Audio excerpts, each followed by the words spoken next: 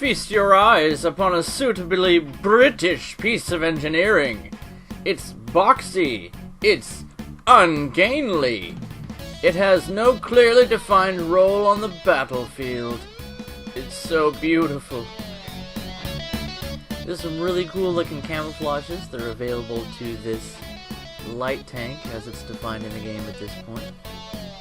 But for now, none of those are unlocked, and some of those you'll have to buy with GE.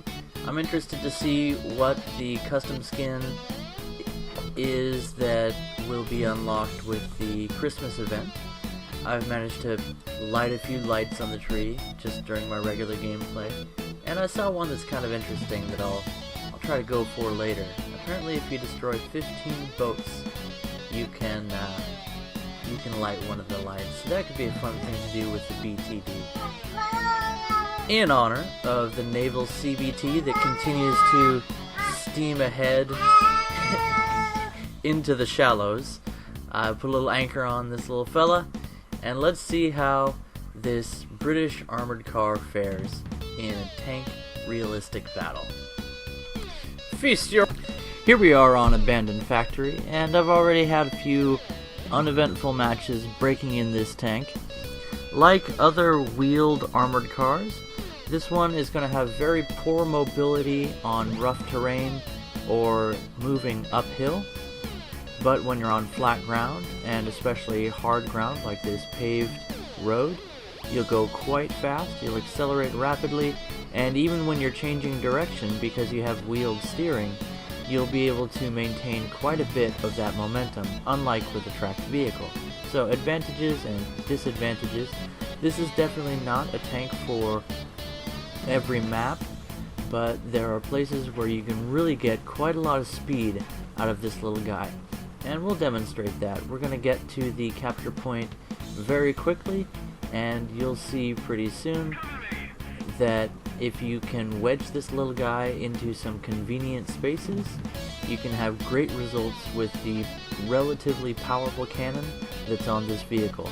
Now, previous to the AEC Mark II, and again this is the reward vehicle for the winter event this year, the first one, previous to this tank, you will have experience in the British tech tree with the 37mm, I think, and other smaller caliber solid shot guns, and it's very disappointing. Those guns take quite a few hits to take down an enemy tank, but this 57mm has just enough girth to cause a decent amount of spalling in the game, and you'll be doing more than just sniping individual crew members with this cannon, especially with its superior penetration qualities. And you can see we get a shot very quickly into that Panzer IV, taking out his gunner.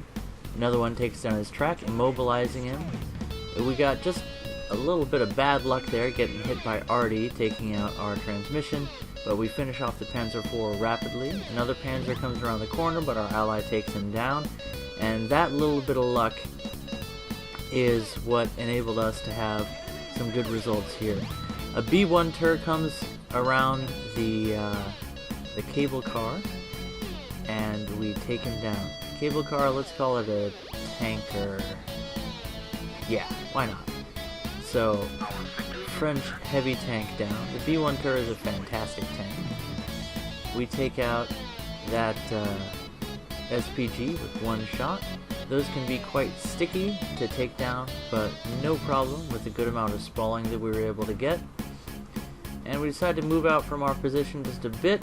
Don't want to stay in the same spot for too long, or you will get noticed by the enemy team. And with the small amount of armor on this tank, you really don't want to be the center of attention.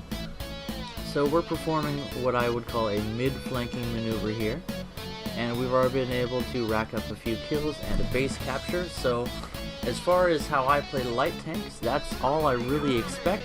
If I can capture the base, I've already completed my objective. Now we're being fired on by a Gepard, and we scout that Russian tank, but then decide to take him out ourselves.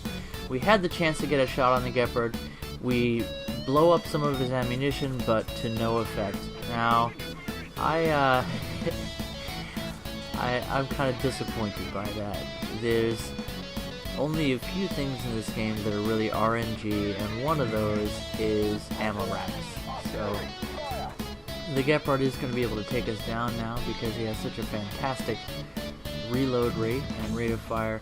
We kind of messed up here. I'm not used to facing those early flak panzers, and I thought I might be able to pop back around that corner and get another shot at him, finish him off. That was my mistake. That was some bad play on my part. But we got 4 kills, and we're able to take out our bomber here. And again, I don't have a lot of experience at this battle rating with British vehicles, so let's just skip me totally missing my shot with the bomber. And boom goes the dynamite. Somehow in the water?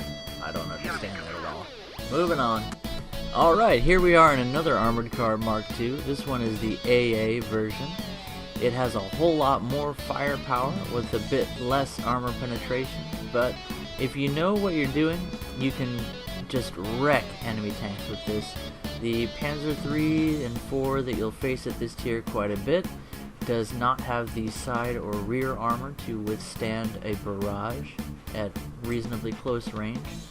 And one of our allies has already spotted on the map where an enemy tank is. He's been sort of pushing our spawn, so we're going to see if we can get around behind him, take him down from the rear. Wish us luck. If he turns and faces us, we're done for. So we got to take out his engine first. Ah, it's a Stug. Let's see if we can get some through the roof. The back side of the roof armor on the Stug is relatively weak, but it looks like we're not able to get any shots in there. We put a bunch into his engine, and we're just going to continue to whittle away on him. It looks like at this point like engine fire is our only way to take him down, but because he's an SPG, we don't have to worry about his turret whipping around to take us down. He's a casemate style, and the Stug 3 is a fantastic vehicle to take out. It's been one of my favorites, but we actually managed to wipe out his crew there. So if you put enough 20mm into the back end of a Stug, you can eventually go into the crew compartment. They don't have a strong partition between the crew and the engine compartment like the Panzer IV or the Tiger, and most of the German tank designs have that partition. The Stug, not enough. So at this point, things are starting to wind down in the match. Let's take you to the end. I lied. Watch me take on a few more tanks. So that looks like a Panzer III or Panzer IV. It's difficult at this range to tell a difference between them, and honestly, I'm not familiar enough with this lower battle rating to tell even if I'm face to face. So we put some shots into him to blind him, and now we're coming around the back side. We also noticed a B1 Tur again, so we'll have to deal with him eventually. We used his own smoke screen to protect us. We knew where he was, so we just put a few shots into him, take out his crew. You can really see the power of 20mm to shred everything inside a Panzer III at this battle rating. Now here's the B1 Tur. How do you take down a French heavy tank at this battle rating? I'll show you. Now we do have some team support on this one, but even if we didn't have backup, we would have been able to take this guy down, and spoiler alert, we're not going to be able to finish him off before the end of the match. But if you follow these guidelines, first take out a track, get behind him, get away from that gun, and it takes him a long time to rotate that hand crank turret around, as you can see. I put some rounds into his track and then finish it off. Now I need to find something else to shoot at. First some into the engine. No good there. Looks like I can't get through his rear armor.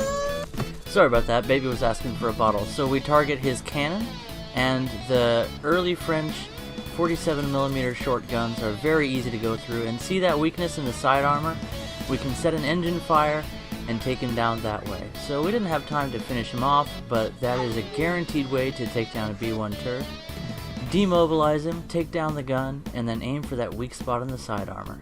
That works with any tank, and it works especially well with the Armored Car Mark II. Of course, if I was in the AEC, I'd be able to take him down from the front just by aiming for the flat parts of his frontal armor. But from the front, a B1 turret is a very deadly tank. Anyway, hope you enjoyed. Catch you next time. In summary, the AEC Mark II brings nothing really new to the table with British armored cars. It has the same advantages and disadvantages with armor and mobility. A little bit more turret armor, but not enough to make a difference. But the gun is a lot more punchy, and you'll be able to take out enemies with 1 or 2 shots a lot more effectively. Great penetration, good post-event effects. This could be a fun little tank, especially for people that are good playing as a commando.